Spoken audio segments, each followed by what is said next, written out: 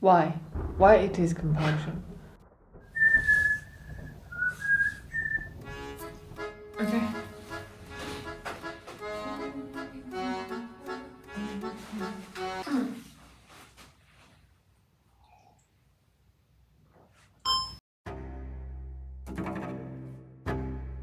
Well, how many people today will think about things they've done, choices they've made, relationships they've destroyed, marriages they've ruined, children they've hurt, parents they've humiliated and wish they hadn't? Hi, Robert. Hi, Ellen. Hi, Robert. Hi. Hi, Robert. Yeah, okay. You sounded very Beckett, yeah. Very Beckett. 3 times. Hi, Robert. So today we're going to talk about a new play called Krapp's Last Tape. Mm-hmm. Robert, introduce our audience about what is Krapp in English.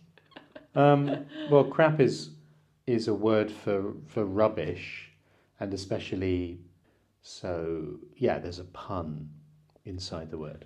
一语双关. There we go. 一语双关 means pun. Yeah. Yeah, it doesn't really have two meanings. I mean, it's not really a pun. I mean, it's a pun that he spells it with a K and a double R. And, I mean, the character of Krapp has had bowel problems, as did Samuel Beckett. So that's the other thing that's sort of perhaps informing his worldview, as he's a man who finds it difficult to go to the toilet. I remember James Joyce Ulysses.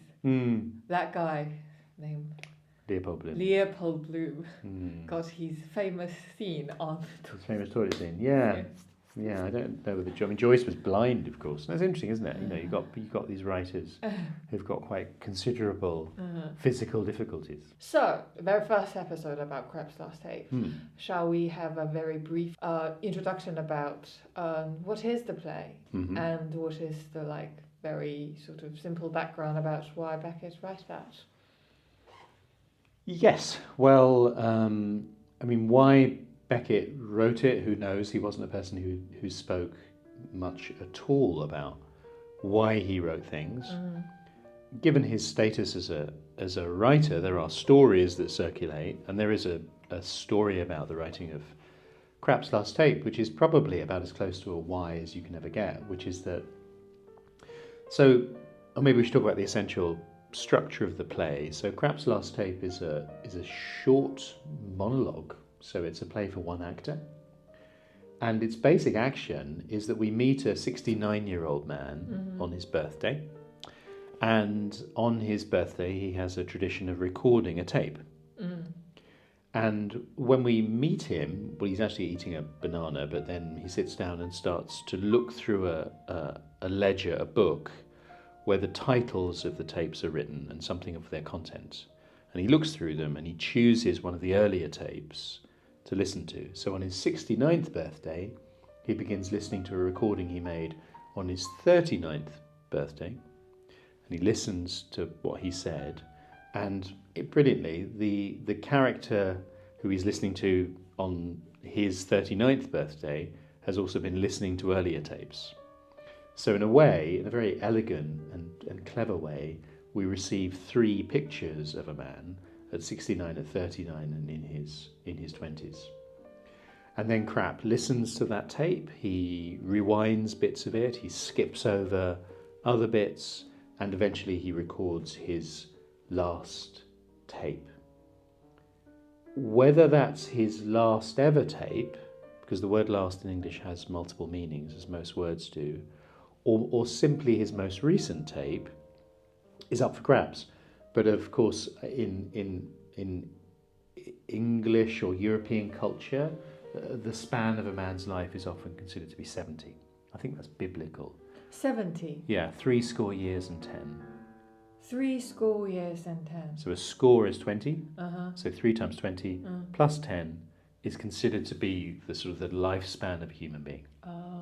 So Krapp is nearing the end of his life. But like in Chinese, we have a saying called 七十古来稀, which means it's very rare for people who kind of live until 70 in the past. Okay. in the past. So 70 is it's like similar. It's Yes. like a year which people get into his old age. Yeah, old age. Less so now, of course. And that's it, really. So the play consists of somebody listening to a recording of their voice from the past and then speaking themselves about their present, really. Why did Beckett write it? Well, who knows? As I say, it is his most autobiographical play. So nearly everything that takes place in Krapp's last tape happened in Samuel Beckett's life. But the point of Genesis, the place where he got the idea to write the play, was that a few years previously, the BBC, the British Broadcasting Corporation, which I presume many people have heard of, had recorded his novel Malloy. So they produced a recording, and it starred the actor Patrick Magee. And Beckett was living in Paris at the time, and in the old days, you couldn't hear things if they were broadcast somewhere else, and they were only broadcast once, of course.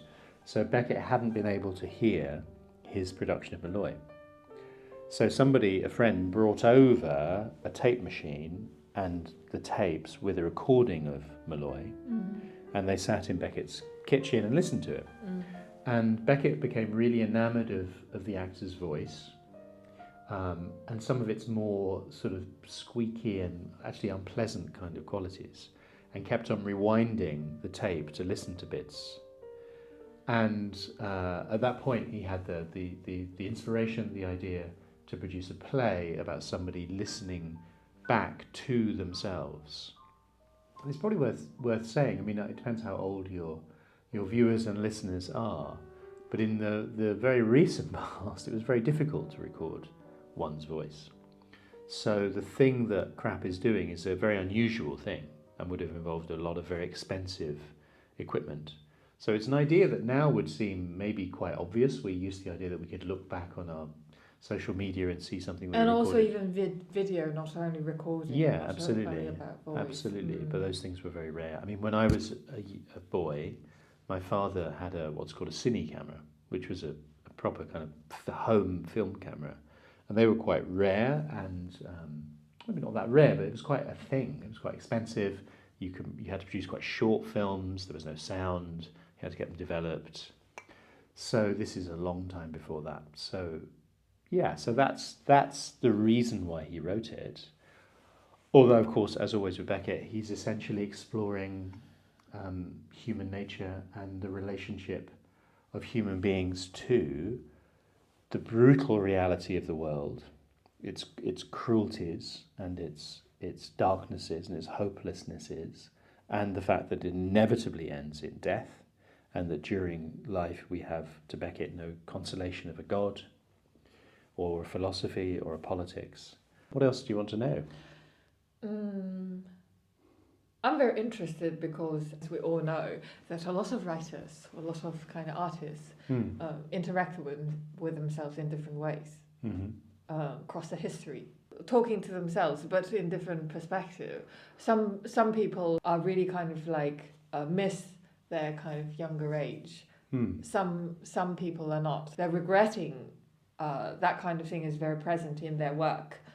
I wonder, like, what do you think about Krapp's last tape? What do you think Krapp's point of view towards his younger age? Obviously, we're told. Yeah, you told that, but No. We are told by the play. We're told by the play. It's like, but I think the perspective is quite complicated. It's like not only one thing. Like it's not much about him missing his younger. Yeah, hates. Well, no, I think it's not about hate, because that would be too simple. It's about observing the foolishness of oneself and the pointlessness. So there's a lot of stuff about, I'll give up drinking, I'll stop eating bananas. And there's Krapp sitting there drinking and eating bananas. So it's laughing at the naivety of his younger self and accepting the sort of inevitability of things. So I don't think... Do you think he's trying to make peace with himself by listening back of his recording? Well, if he does, he fails. I don't think that Krapp is engaged in that kind of an activity. I don't think it's that sort of... What do you think that is? I think it's a compulsion. I mean, it's Why? Why it is compulsion? because we are compelled. I mean, how many times in the world today will somebody be talking to their wife or look at themselves in the mirror and say, "Oh my God, I'm so old. How did this happen to me? Where did it all go?" Or how many people today will think about things they've done, choices they've made, relationships they've destroyed, marriages they've ruined, children they've hurt, parents they've humiliated and wish they hadn't. I mean, that is the terrible tragicomedy of human beings. We destroy things constantly through idiotic choices, and we never learn any better. It's hopeless, is what Beckett would say. But there is also kindness and humour and companionship and memory.